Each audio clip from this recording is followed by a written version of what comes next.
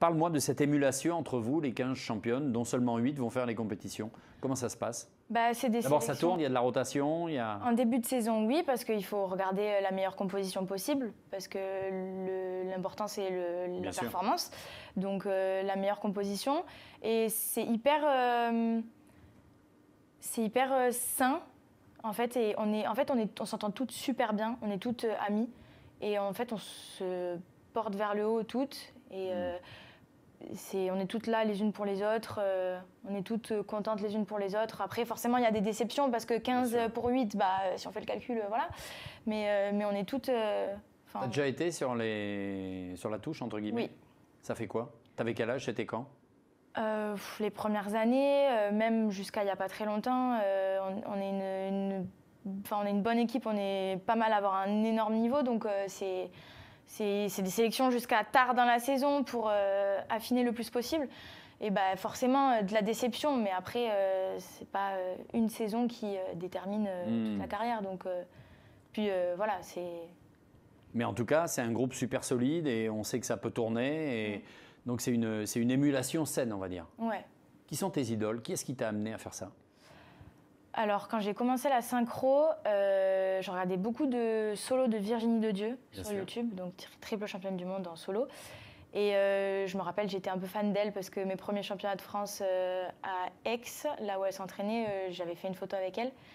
Et donc Virginie Dedieu beaucoup au début, Ona Carbonell aussi, une espagnole. Ouais.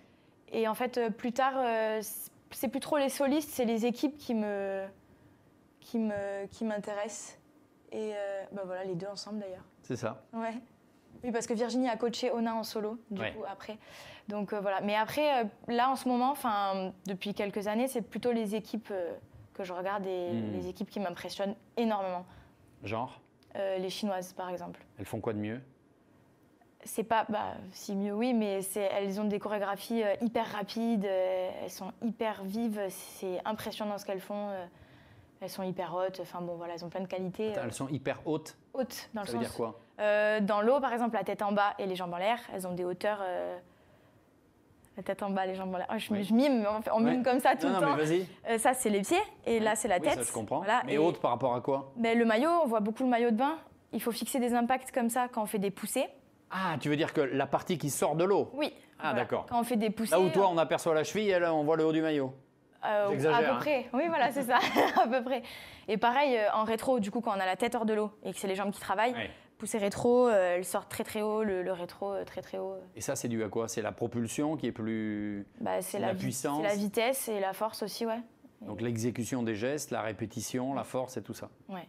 Puis elles ont des chorégraphies très très très belles. Ça veut dire qu'aujourd'hui, elles sont inatteignables, ces nations-là? Enfin, en tout cas, les Chinoises? Pour nous? Ouais. Oui, quand même. Ouais. Après, disons que ce n'est pas l'objectif des 3 prochaines années, des 2 prochaines années. Après, il suffit qu'il y en ait une qui se désynchronise et qui fasse mal le truc et ça fout tout en l'air. Mais ça n'arrive pas, parce qu'elles sont très très fortes, ça n'arrive pas. Ah ouais. Voilà. Donc elles poussent mieux et elles ne sont jamais désynchronisées. Oui, voilà, pour résumer. Mais est-ce que tu es en train de me dire qu'en fait, il y a tellement de travail qu'on ne se désynchronise pas? C'est rare. Quand même de se désynchroniser, ce serait une grosse faute. Et ça reste rare. À notre niveau, c'est quand même rare. J'ai besoin de comprendre une chose. Qu'est-ce que vous voyez, qu'est-ce que vous entendez quand vous êtes sous l'eau? Alors, qu'est-ce qu'on voit? Pour ne pas dire pas grand-chose, on voit les silhouettes des équipières autour. Donc vous êtes les yeux ouverts? Oui, on est les yeux ouverts, parce qu'il faut qu'on s'aligne. Pas de lunettes. Il faut qu'on s'aligne, donc on voit les silhouettes. Quand on est hors de l'eau, on voit, pareil, il faut regarder la fille à qui on doit s'aligner, donc notre coéquipière. On peut voir les juges, parce qu'il faut aussi qu'on regarde les juges. Et qu'est-ce qu'on entend? On entend la musique. Sous l'eau? Il y a des haut-parleurs sous-marins, ouais, et hors de l'eau, pareil. Donc on entend la musique, c'est synchronisé. Et on l'entend aussi bien sous l'eau que sur l'eau? Enfin, que hors de l'eau? Oui, oui, oui. Pas mal, ça, dis donc. C'est pas mal. Il vaut mieux d'ailleurs, parce que... Ensuite, comment ça se passe pour la synchro? Alors, il y a ce que vous voyez, mais est-ce que vous faites des décomptes? On compte sous l'eau? Comment ça marche? On compte la musique en 8 et on la compte... Attends, pourquoi en 8? Parce que c'est comme ça, c'est des phrases musicales. Ok. Les musiciens, c'est pareil, ou ça peut être en 6. Et quand tu dis que les Chinoises vont plus vite, ça veut dire qu'elles comptent en 7? Non, elles peuvent dédoubler. Par exemple, au lieu de faire 1, 2, 3, 1, 2, 3, 4, enfin ça va plus vite. Et elles vont plus vite dans leur exécution de mouvement. Elles peuvent... voilà. Ça se compte en 8, du coup, la musique. Et voilà, on compte tout le temps. Tout le long de la musique, on ne s'arrête jamais de compter. Et c'est automatique. Hein.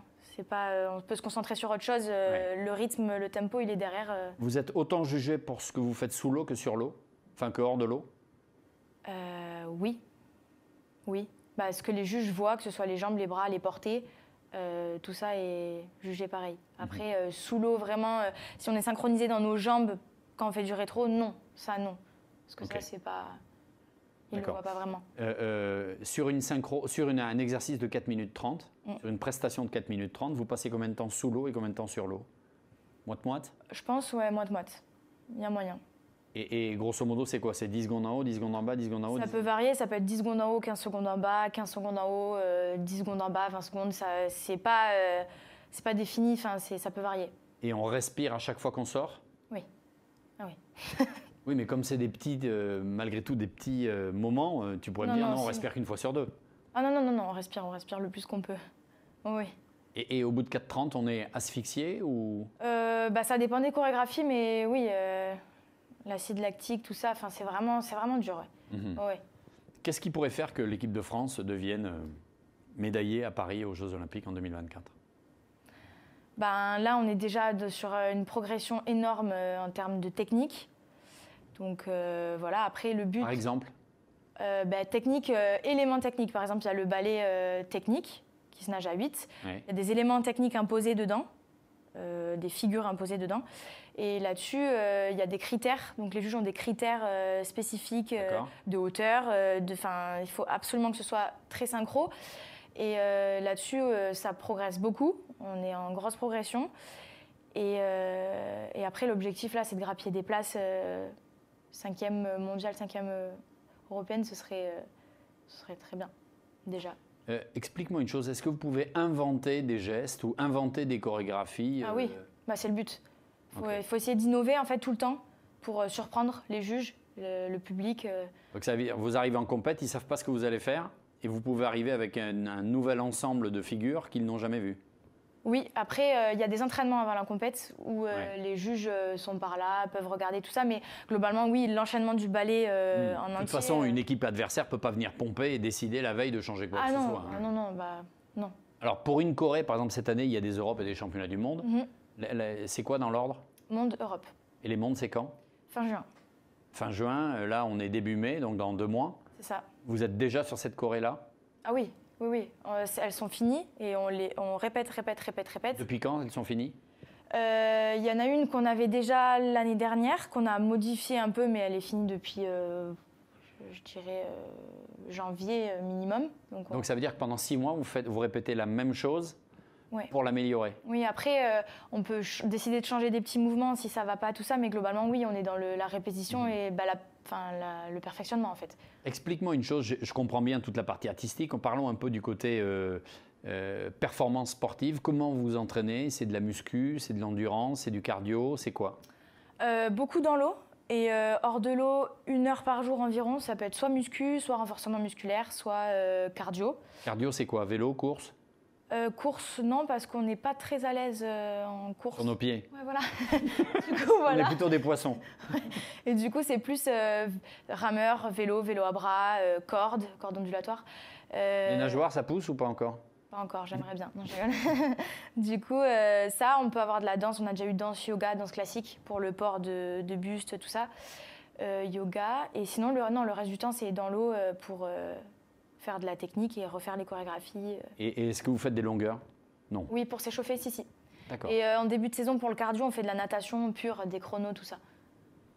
Brasse, nage libre ou peu importe? Tout. Paris 2024, c'est après-demain? C'est après-demain, oui. La France n'a pas fait les Jeux depuis combien? 2000. 2000. En équipe. Donc ça fera 24 ans? Oui. La France est qualifiée parce qu'on est pays organisateur? Oui. L'objectif, c'est quoi? Je te rappelle que tu as ton super maillot froissé, donc c'est le moment. L'objectif, pour l'instant, on est surtout concentré sur cette année. Et en fait, en synchro, c'est compliqué de grappiller des places, on va dire, parce que c'est pas comme la natation qui touche en premier ou en basket qui marque des points. C'est un jugement humain, en fait, et c'est compliqué. On ne peut pas prendre... Enfin, ce serait un exploit en fait que de prendre 3 places sur une compétition. Donc, grappiller des places d'une compète à une autre, grappiller des points, même avant de grappiller des places. Donc, on est déjà assez concentré sur cette année et la meilleure performance possible pour 2024. Donc, en termes de résultats, je ne peux pas vous dire, mais...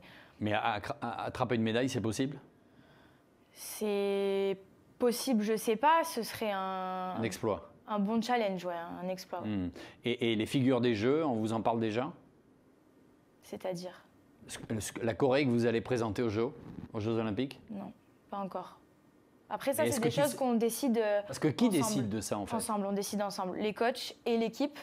Cette année, par exemple, on a fait un espèce de brainstorming où on a dit tous les thèmes qu'on avait trouvés. Et puis on a fait par élimination. Et on s'est mis d'accord sur un thème. Et voilà. Mais est-ce qu'on se dit, quand il y a les Jeux à Paris, donc à la maison, est-ce qu'on se dit il faut qu'on prenne des risques, il faut qu'on tente des choses et qu'on prépare une évolution qui nous permettra de franchir un vrai palier? Ça dépend, c'est des différentes stratégies. Donc, en même temps, tu n'as peut-être pas le droit de me le dire. Peut-être pas. Non, pour l'instant, pour Paris, on n'en a même pas parlé. Donc là, il y a les mondes au mois de juin. Les Europes, c'est quand? Mi-août. Ok, l'objectif des Euros d'abord, enfin des mondes, pardon. Alors moi, je me suis fait opérer du genou il y a 1 mois. Ouais. Du coup, j'espère partir au monde avec l'équipe, mais je ne pense pas que je pourrai nager. D'accord. Et j'espère nager par contre aux Europes. C'est quand? Mi-août. Et c'est où? À Rome. Et les mondes, pardon, avant c'est? C'est à Budapest et c'est fin juin. Ok. Bon, c'est beau, Budapest, il faut du tourisme. Dans le pire des cas. Excuse-moi, pardon. Avec un genou en moins. Et l'objectif pour les Europes? Top 5, pareil. Est-ce que vous sentez une émulation Paris 2024? Ça commence, ouais. On était très centré sur Tokyo, là, depuis Bien sûr. cette saison. Mais là, oui, puis d'autant plus, on sait qu'on est qualifié. On sait qu'on n'ira pas toutes, parce que c'est pareil, on est 15 pour 10-12, parce qu'il faut les remplaçantes aussi. Mais ça porte beaucoup. Et à l'INSEP, cette usine à champions, est-ce qu'on suit les copains, les copines, leur qualif, leur potentiel chance d'y être, ou voire même d'être médaillé ou champion? Oui, oui. Ça motive, ça, non? Un peu, oui. Ah, me dis pas un peu. Un peu, oui. Ah, c'est un peu une expression de Toulouse. Je ne parle pas comme ça, moi. C'est vrai.